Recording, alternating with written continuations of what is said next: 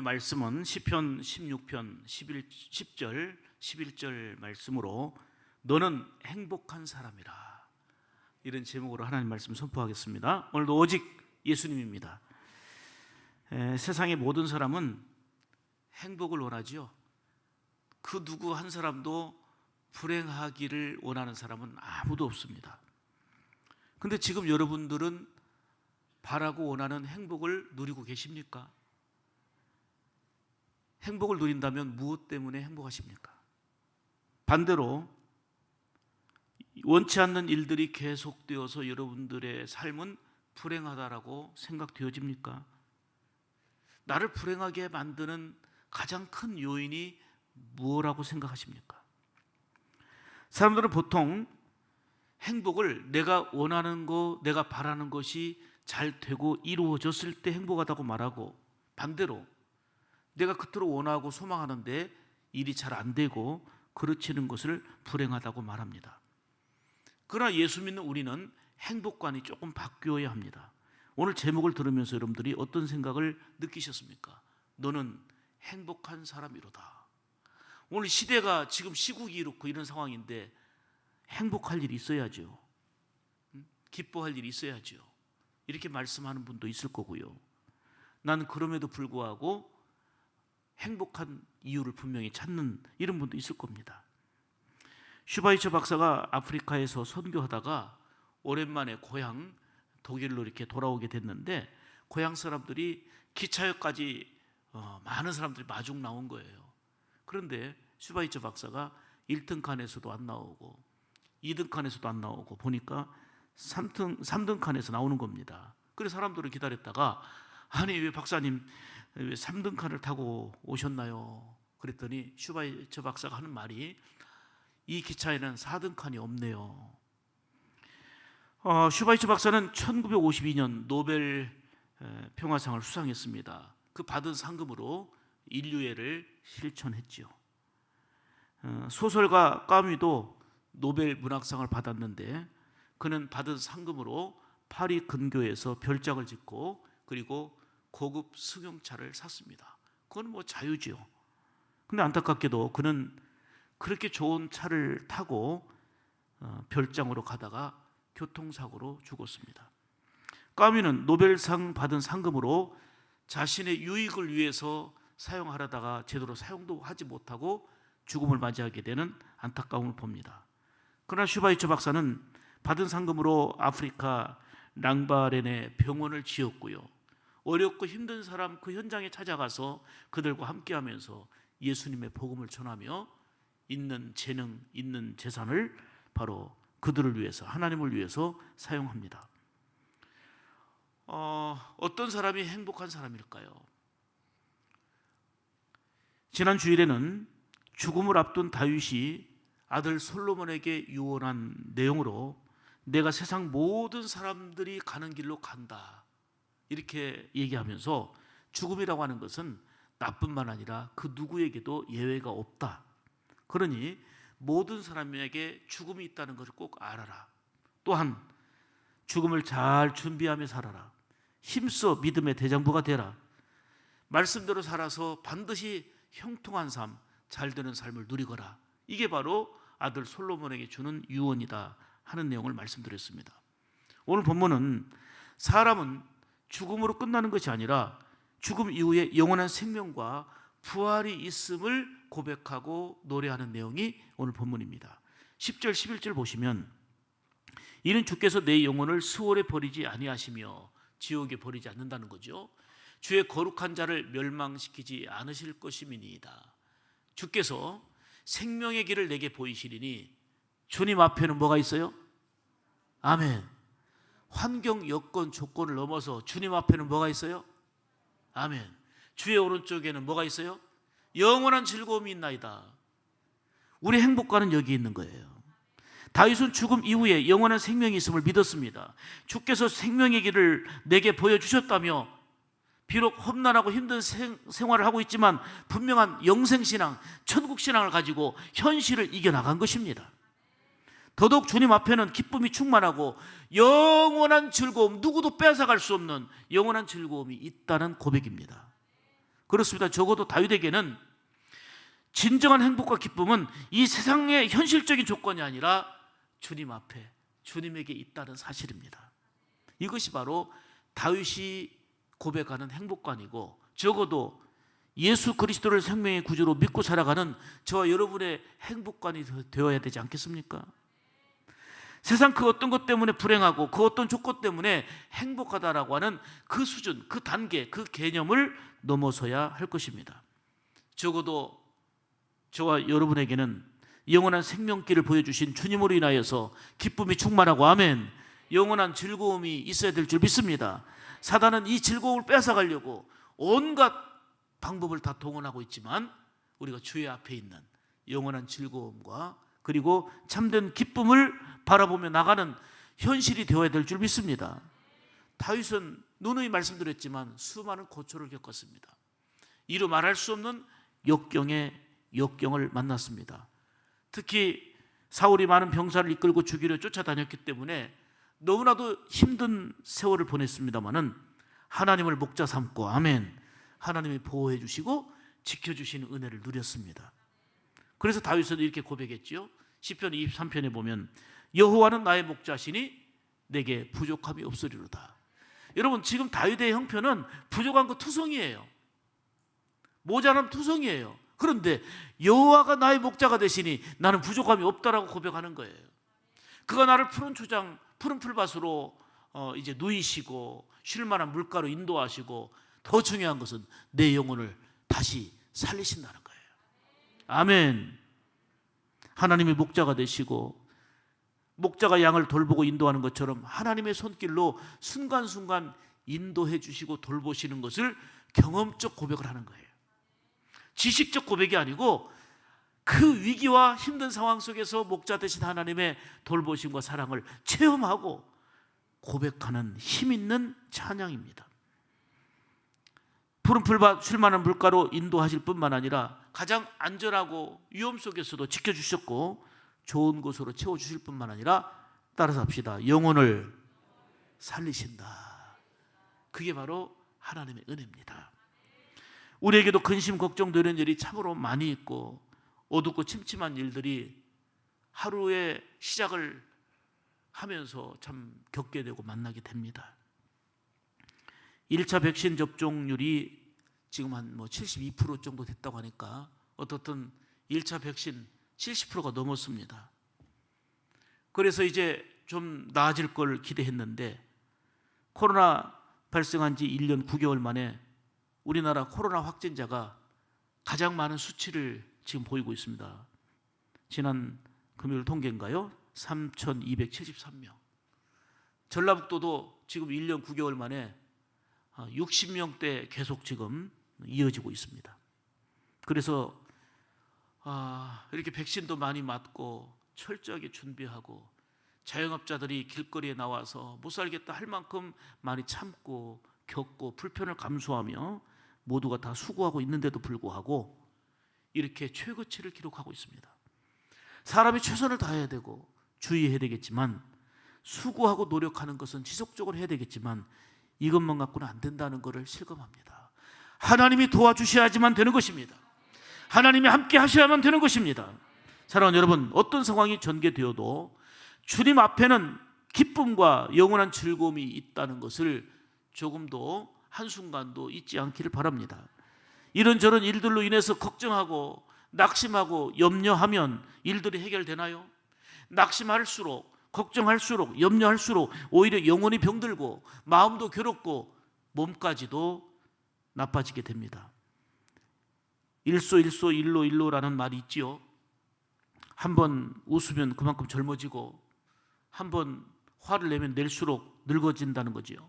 웃으면 웃을수록 젊어진다는 거죠. 세상은 어둡고 소란하는 일들이 많지만, 그래서 정말 웃을 일이 없다고 말들 하고 있지만 진정한 쉼을 허락하시고 이 세상이 주는 것과는 근본적으로 다른 평안을 주신다고 말씀하신 주님 앞에 있는 즐거움과 영원한 기쁨을 바라보면서 지금의 현실을 이겨나가는 것이 그리스도인의 삶인 줄 믿습니다. 그래서 우리의 삶의 분명한 기준이요, 목표는 뚜렷합니다. 뭐예요? 엔 그리스도입니다. 그리스도 안에서입니다. 주 안에서입니다. 오늘도 주 안에서 생각하고 주 안에서 판단하고 주 안에서 말하고 주 안에서 살아가야 될 줄 믿습니다. 주님 안에 있으면 절대적인 소망과 즐거움이 있다. 이게 바로 다윗의 고백과 찬양이지만 오늘 지금 현실을 살아가는 우리의 고백이 되고 여러분의 고백이 되어야 될 줄 믿습니다. 이를 잘하는 믿음의 사람들은 이렇게 고백합니다. 주 안에 있는 나에게는 딴 근심이 있으랴. 십자가 밑에 나아가 내 짐을 풀었네. 아멘. 오늘 다른 본문 신명기 33장을 보셨는데요, 모세의 설교 내용이에요. 너는 행복한 사람이로다. 너는 행복한 사람이로다. 지금 이 설교를 듣고 있는 이스라엘 백성들은 행복한 환경에 있는 게 아니고 뜨거운 광야에 있어요. 집도 없는, 그리고 가나안이라고 하는 비전을 갖고는 있지만 너무나 뜨거운 광야에서 고생하고 지치고 힘든 이 광야 생활 속에 있는데 모세는 온 이스라엘 백성들을 향하여 너는 행복한 사람들이로다. 아멘. 이 모세는 백성들에게 너희는 앞으로 행복해질 거다, 이 비전을 선포한 게 아니에요. 너희는 지금 행복한 사람이라고 선포하고 있는 것입니다. 자, 신명기 33장 29절 같이 보겠습니다. 이스라엘이여, 시작. 이스라엘이여, 너는 행복한 사람이로다. 이 너가 여러분이 돼야 돼요. 저가 되고 여러분이 돼야 돼요. 아멘.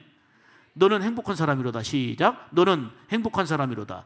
여호와의 구원을 너같이 얻을 백성이 누구냐? 그는 너를 돕는 방패시요 내 영광의 칼이시로다. 내 대적이 내게 복종하리니 내가 그들의 높은 곳을 밟으리로다. 아멘. 이 너가 여러분이 되어야 되는 거예요. 이스라엘 백성들은 광야라는 힘든 곳, 뜨거운 곳, 답답한 현장에 서 있지만 그래도 행복한 존재임을 선포하고 있습니다. 여기서 그리스도인들의 행복관이 무엇인지를 다시 조명해 볼 필요가 있는 거죠. 비록 환경은 힘들고 어렵지만 하나님과의 복된 관계 속에서 그 은혜와 사랑을 크게 경험하면서 결코 빼앗기지 않는 행복. 아멘이지요. 사람들은 누구나 다 행복을 추구하며 살아가잖아요. 문제는 그 행복을 어떤 조건이나 환경에서 찾으려 하기 때문에 조건과 환경이 조금 만족스러우면 행복한들 하다가 그게 흔들리면 행복도 흔들리고 인생도 흔들립니다. 열심히 행복을 바라며 땀을 흘리지만 행복을 잡은 듯하면 멀리 달아나 있습니다. 그래서 허탈감과 허무감에 빠지는 게 바로 사람들의 모습입니다. 사랑하는 여러분, 근본적인 행복은 어떤 조건이나 환경이 좋아야 되는 게 아니고 하나님 아버지와의 관계에 있음을 믿으시기를 바랍니다. 제가 아마 몇 차례 강조한 것 같습니다. 다시 이 말씀을 생각하면서 떠올렸습니다. 지금 현실을 보면 과거와는 비교할 수 없이 모든 것이 기적 같은 정말 탁월하고 또 밝아지고 좋아진 편리한 환경 속에 우리가 살고 있습니다. 그렇다면 과거에 비해서 훨씬 더 감사가 넘치고 과거에 비해서 훨씬 더 행복함을 고백하고 있나요? 앞으로 좀 더 나아지면, 앞으로 좀 더 조건이 충족되어지면 더 행복해질 것 같은가요? 한국은 자동차 4대 강국입니다. 조선은 세계 1등입니다. 전 세계 바다에 떠다니는 선박의 43%를 제조하고 있다는 걸 기록을 보고 깜짝 놀랐어요. 반도체는 세계 1등입니다. 한국은 북한보다 45배 잘 살고 있습니다. 집집마다 거의 평균 자동차가 2대씩 있습니다. 휴대폰, 냉장고, TV, 세탁기 등 전 세계 사용 가전제품의 30%가 정말 우리 대한민국 것이 이렇게 위상을 날릴 거는 상상을 못했습니다. 한국은 쌀이 넘쳐서 창고에 쌓여 있습니다. 제가 지도를 찾아봤습니다. 1970년도에 고속도로가 1개였는데 지금은 37개 고속도로가 생겼습니다. 한국은 세계 기능 올림픽 1977년 우승 이후에 21번 대회에서 19번 우승을 했습니다. 인천공항은 9년 연속 세계 1등입니다. 서울 지하철 세계 1등이고 아파트를 하도 많이 지어서 지금 남아 돌아가고 있습니다. 초코파이는 1년에 5천억을 수출하고 있고 라면 1등국이 우리나라입니다. 특별히 코로나 상황 속에서 우리나라 라면은 더 인기를 발하고 있다고 하죠. 한국은 모자 1등이고 지문 인식기도 1등이고 내비게이션도 1등이고 CCTV도 1등이고 LED 조명도 1등이고 세계 1등 상품이 무려 170개 달하게 되는데 한 5년 뒤면은 500개 이상이 될 거라고 전망하고 있습니다. 일찌감치 일본을 따돌렸습니다. 한국은 기술적으로 경제적으로 프랑스와 이태리 그리고 영국까지 제꼈다고 말하고 있습니다. 세계 1등 국가인 미국에서 자동차 100대 중에 9대는 우리 대한민국의 차입니다.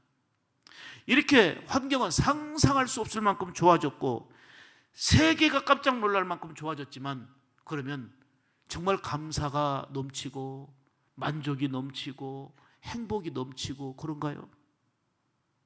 사랑하는 여러분, 지금보다 10배로 좋아져도 지금보다 20배로 좋아져도 편리한 건 있을 수 있겠지만 OECD 국가 중에서 자살률 1위, 이혼율 1, 2위를 다투고 있는 대한민국의 현실처럼 오히려 정말 하나님의 은혜 안에서 행복을 고백하고 소유하지 않는 한 진정한 행복은 쥐어도 멀리 달아나는 것을 느낄 수밖에 없는 공허함과 허탈감으로 가득할 것입니다.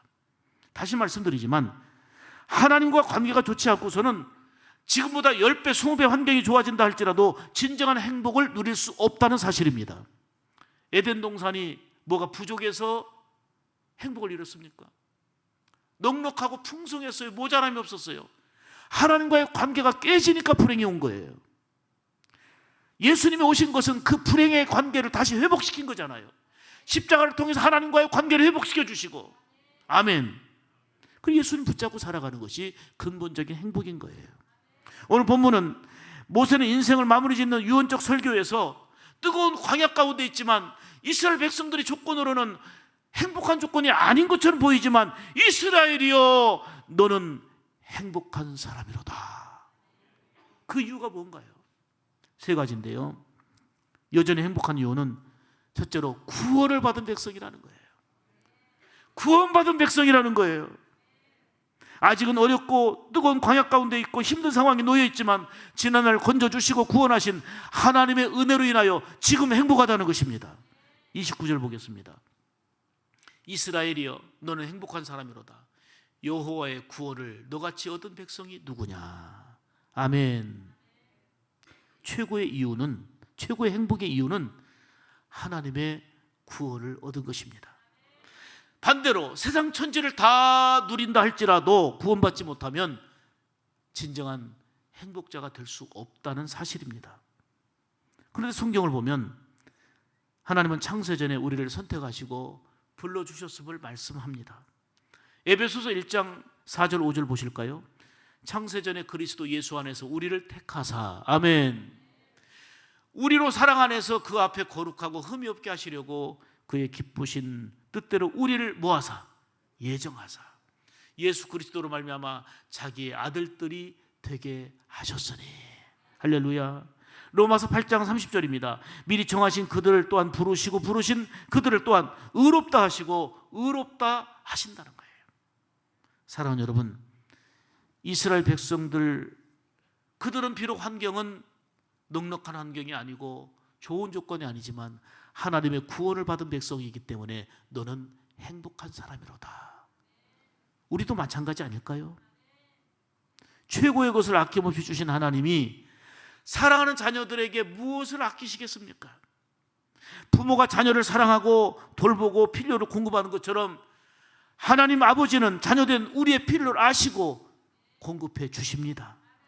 구원받은 하나님의 존귀한 자녀들이기 때문입니다. 삶의 가장 근본적인 문제 해결은 죄에서 용서받는 것입니다. 죄에서 용서받는 것을 무엇으로 가능합니까? 방법이 없어요. 오직 예수님의 피로서만 가능한 일이었습니다. 우리는 그 은혜를 힘입어서 구원을 얻은 행복자라는 거예요. 그래서 상황이 좋아져도 행복, 지금보다 열악해도 그 행복은 잃지 않아야 되는 것입니다. 그래서 우리는 이렇게 노래하는 것입니다. 나는 행복해요. 죄사함 받았으니 아버지 품 안에서 떠나 살기 싫어요. 나는 행복해요. 사랑이 샘솟으니 이 세상 무엇이든 채우고도 남아요. 이 찬양이 우리의 간증이 되고 고백이 되어야 합니다. 솔로몬은 세상의 권세와 부귀, 영화, 쾌락을 다 누려봤지만 마지막 인생의 고백은 무엇입니까? 모든 것이 다 헛되고 헛되다는 거였어요. 미국의 배우로 아주 큰 인기를 누렸던 마릴린 먼로를 아시죠? 이 여인이 이렇게 고백했어요. 나는 젊고 아름답습니다. 돈이 많습니다. 나는 하루에도 수백 통의 팬레터를 받고 있어서 사랑에 굶주리지 않습니다. 나는 건강하고 부족한 것이 하나도 없습니다. 그런데 웬일로 나는 너무 공허하고 불행합니다. 이유 없는 방황이라고 하겠지만 나는 이유 없이 불행합니다. 행복을 찾고 또 찾았지만 찾지 못하고 행복을 잡았다고 생각하는 그 순간에 행복이 지나가 버리고 행복이라고 붙잡으면 현실이 아닙니다. 모래알처럼 새어나가서 그것은 환상이었습니다. 이게 바로 정말 배우로서 큰 인기를 누리고 많은 것을 갖추었던 마릴린 먼로의 이야기입니다. 그는 이유 없는 그러한 불행의 요소가 그의 삶을 갉아먹으면서 결국은 자살로 삶을 마감합니다. 아무리 미인이고 세상 인기를 얻고 조건을 갖추었어도 그것이 인생 행복을 보장해 주는 것은 아님을 한 예로 보여주는 것입니다. 사랑하는 여러분, 다시 말씀드립니다. 세상은 수없이 예측 못하게 변화될 수 있습니다. 이렇게 달라질 수 있고 저렇게 달라질 수 있습니다. 그러나 진정한 행복은 예수 그리스도를 통해서 구원 얻은 것입니다. 그래서 저와 여러분은 오늘도 앞으로 어떤 일이 전개되어져도 행복한 사람이라고 고백하고 선포하며 살아야 될 이유가 있습니다. 주님의 말씀을 들어보십시오. 요한복음 4장 13절 14절 이 물을 먹는 자마다 다시 목마르려니와 내가 주는 물을 먹는 자는 영원히 목마르지 아니하리니 나의 주는 물은 그 속에서 영생하도록 솟아나는 샘물이 되리라. 샘물교회가 시작되어지는 주제 손구이기도 합니다. 마르지 않는 샘물 되시는 주님의 은혜를 크게 누리며 살아가시기를 주님의 이름으로 축복합니다. 기쁜 날 기쁜 날 주 나의 죄 다 씻은 날 늘 깨어서 기도하고 늘 기쁘게 살아가니 기쁜 날 기쁜 날 주 나의 죄 다 씻은 날. 할렐루야. 뜨거운 광야에서 집도 없고 비전 하나는 있지만 여전히 고통 가운데 있는 이스라엘 백성들에게 너는 행복한 사람이로다. 너희는 행복한 사람이다. 왜? 구원받은 하나님의 백성이기 때문에. 두 번째로 여전히 행복한 이유는 어려운 중에도 하나님이 지켜주시기 때문입니다. 29절 다시 봅니다. 이스라엘이여 너는 행복한 사람이로다. 여호와의 구원을 너같이 얻은 백성이 누구냐? 그는 너를 뭐하는 방패시요? 하나님이 덮는 방패가 되신다는 거예요. 내 영광의 칼이시로다. 아멘. 힘들고 어려울 때 하나님이 덮는 방패가 되시고 영광의 칼이 되어주시기 때문에 비록 어려움은 있지만 힘든 일은 있지만 행복한 사람이라는 거예요. 신명기 32장 10절에 보면 모세는 하나님이 이스라엘 백성들을 눈동자처럼 지켜주셨음을 고백하고 있습니다. 여호와께서 그를 황무지에서 짐승의 부르짖는 광야에서 만나시고 호위하시고 보호하시며 자기 눈동자같이 지키셨도다. 이렇게 주의 사랑을 아는데 비록 광야에 있어도 행복을 고백하지 않을 수 없었던 거예요. 비록 힘든 환경 속에 놓여 있지만 행복을 고백하지 않을 수 없었던 겁니다. 정말 인체의 신비의 내용을 보면 기가 막힌데요. 그 중에도 눈동자는 30만 개 회로와 1억 개의 신경세포가 눈동자에 있어요. 안 놀라니까 제가 놀라고 있어요. 자동으로 거리도 조절하고 광도, 색상을 자동으로 조절합니다. 눈동자를 보호하기 위해서 하나님은 방파제를 만들어 주셨어요. 눈썹. 그래서 빗물이나 땀이 눈에 들어가지 않도록 막아줍니다. 이 눈꺼풀도 완전 자동 개폐식으로 되어서 좀 눈동자가 위험하다 싶을 때는 뭐 자동적으로 덮어줍니다. 또 눈물샘이 있어가지고 눈에 더러운 것이 들어오면 씻어주고 습도도 조절해주고 정말 기가 막힙니다. 그런데 하나님은 이렇게 눈동자처럼 세밀하게 어려운 중에 있는 자기 백성을 지켜주신다는 거예요. 그러게 행복자라는 겁니다. 어떤 일을 만나도 하나님이 지켜주시고 함께 하시면 되는 거 아니겠습니까? 그래서 이사야 41장 10절 너무나도 잘 아시지만 두려워 말라 내가 너와 함께 함이라 놀라지 말라 나는 내 하나님이 됨이라 내가 너를 굳세게 하리라 참으로 너를 도와주리라 참으로 나의 의로운 오른손으로 너를 붙들리라. 여기에서 너가 여러분의 이름이 되어야 됩니다. 꼭 집에 가서 이름을 써주세요. 자기 이름을 쓰고 고백하세요. 선포하세요. 남편의 이름도 쓰고 아내의 이름도 쓰고 우리 딸의 이름도 쓰고 아들의 이름도 써서 선포하시기 바랍니다. 너를 붙들리라. 어려움과 힘든 가운데 있는 나를 붙드신 하나님을 만나야 그게 행복인 거예요. 사랑하는 여러분, 하나님이 눈동자처럼 어려운 중에도 지키시고 함께 하시기 때문에 너는 행복한 사람이로다. 동의가 되지요? 세 번째로 우리가 여전히 행복한 이유는 아직은 아니지만 하나님의 도움으로 승리하게 될 것이기 때문입니다. 29절 끝부분 보겠습니다. 내 대적이 내게 복종하리니 내가 그들의 높은 곳을 밟으리이다. 아멘. 아직 이루어졌어요? 안 이루어졌어요? 아직 안 이루어졌지만 하나님의 함께 하심으로 승리하게 될 거라는 거예요. 이미 지난 과거에 베푸신 은총을 넘어서 비록 지금은 험난한 상황 가운데 있긴 하지만 하나님의 도우심으로 반드시 승리하게 될 미래를 바라보면서 행복을 선포한 것입니다. 그렇습니다. 연약한 이스라엘 백성들이 주변 강대국과 싸워서 승리했던 이유는 하나님의 도우심 때문이었습니다. 이처럼 우리도 약하고 약하지만 하나님의 도우심을 힘입게 되면 승리하게 될 줄 믿습니다. 우리는 승리가 보장되어 있는 삶을 살아가는 것입니다. 왜요? 예수 그리스도가 이루어놓은 승리를 보장해 주신 그 승리를 누리며 살아가는 게 신앙생활입니다. 그래서 행복한 것입니다. 예수님의 말씀을 들어보십시오. 요한복음 16장 33절에 세상에서 너희가 환난을 당하나 담대하라 내가 세상을 이기었노라. 세상을 이기신 주님이 담대하라 말씀하십니다. 함께 하시겠다는 거 아닙니까?